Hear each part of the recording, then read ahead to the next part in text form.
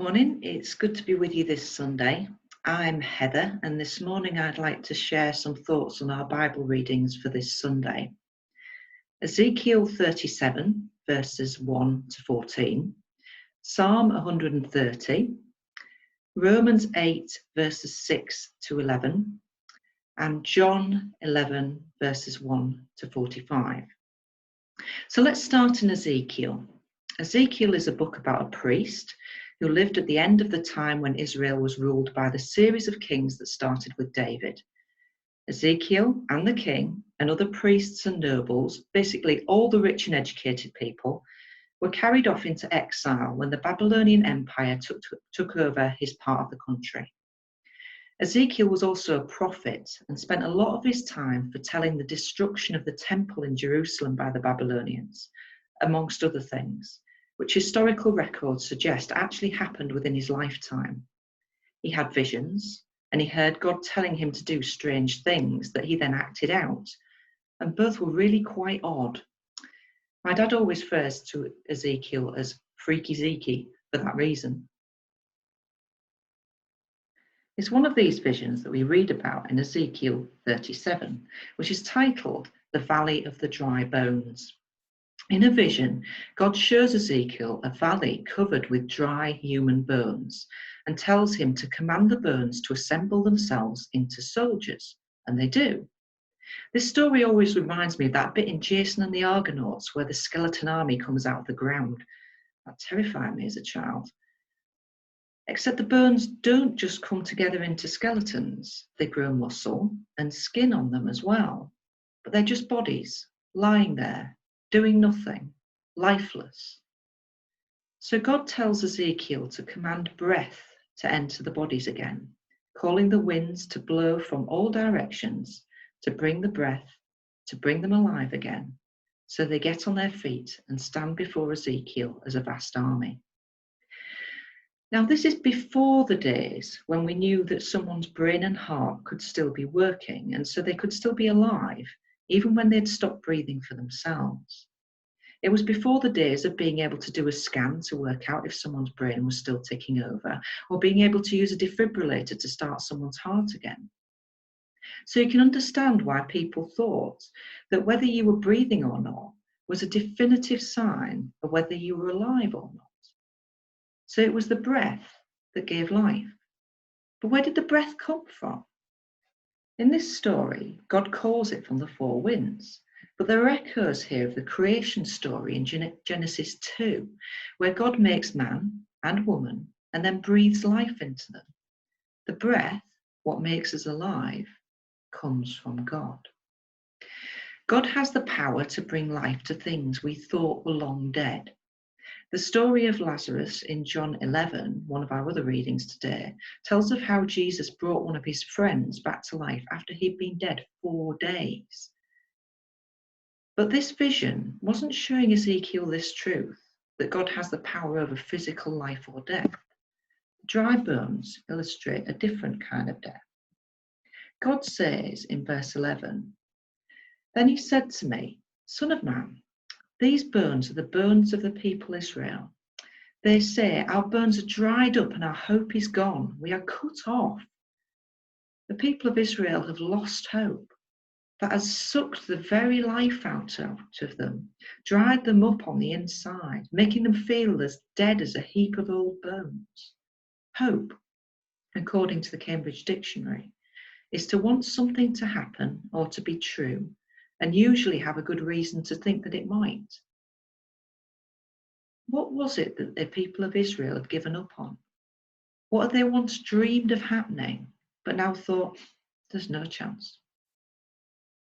Verses 12 to 14 read, "Therefore prophesy and say to them, this is what the sovereign Lord says. My people, I am going to open your graves and bring you up from them. I will bring you back to the land of Israel. Then you, my people, will know that I am the Lord when I open up your graves and bring you up from them. I will put my spirit in you and you will live, and I will settle you in your own land.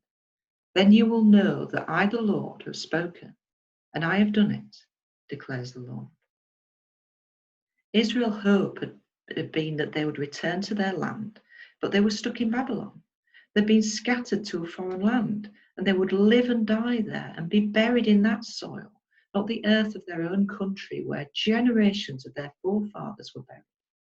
Jerusalem, their capital city, home of the temple which had long been the focus of their worship and connection to God, was going to be destroyed any time. Everything looked hopeless. But God is speaking to them in Ezekiel's thoroughly weird but powerful vision. The dry, dead bones are a people without hope, but God will pull them back together, rebuild them, restore them, and make them alive again. God makes a promise to them that Israel will one day return to her homeland, and they believe that promise. They have hope that God will deliver on it. But he also promises that I will put my spirit in you and you will live. I will put my spirit in you and you will live. So this isn't just God putting breath into our lungs so we're physically alive. This is a promise that God will put his own spirit inside us and we will live. How is life with God's spirit living in us, not just breath in our lungs, different? The reading from Romans 8 expands on this idea of the difference between being spiritually alive as opposed to just physically alive. If God's spirit lives inside us, that's God himself actually making himself at home in our hearts and minds. These verses tell us he will empower us to live God's way. And as we do that, the mind governed by the Spirit is life and peace. With God's Spirit inside us, we aren't just sustained by hope that one day things will get better, although God has promised us it will. We're sustained, made alive by God with us now, living as he intends us to now, and this bringing us a deeper experience of life and peace now. It's been so hard to think of how to apply this to our current situation without sounding trite, without trotting out sentiments that are frankly too simple and too pretty for the complex and often ugly reality we're now living in. Lockdown has pressed pause on so many plans, put the boot into so much of what we just took as given. Jobs and the money that goes with them, weddings, holidays, even just going to church on a Sunday, or meeting up with and hugging our friends and family. All are gone.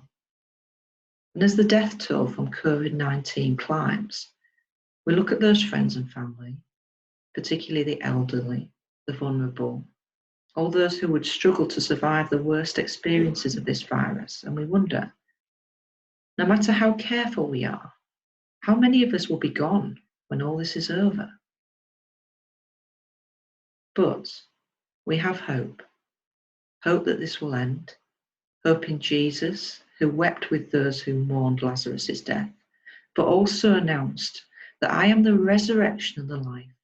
The one who believes in me will live, even though they die. And whoever lives by believing in me will never die. And hope in God, who loves us, who has a plan and a purpose for us and our nation, who is just and merciful and will one day wipe every tear from our eyes and set all things right. Let's hold on to hope of better times, the kind of restoration that Israel dreamed of in Ezekiel's day, and let it nurture us and keep us alive. But more than that, may we be very aware of God present with us by his Spirit in the midst of this, strengthening the deepest parts of our being, showing us how to follow him through these dark and difficult days, and flooding us with his peace. Let's end with the words of our psalm for today, a real cry from the heart. And please read along with me if you have it to hand. Psalm 130. Out of the depths I cry to you, Lord. Lord, hear my voice. Let your ears be attentive to my cry for mercy. If you, Lord, kept a record of sins, Lord, who could stand? But with you there is forgiveness, so that we can, with reverence, serve you. I wait for the Lord, my whole being waits, and in his word I put my hope. I wait for the Lord more than watchmen wait for the morning, more than watchmen wait for the morning. Israel, put your hope in the Lord, for with the Lord is unfailing love, and with him is full redemption.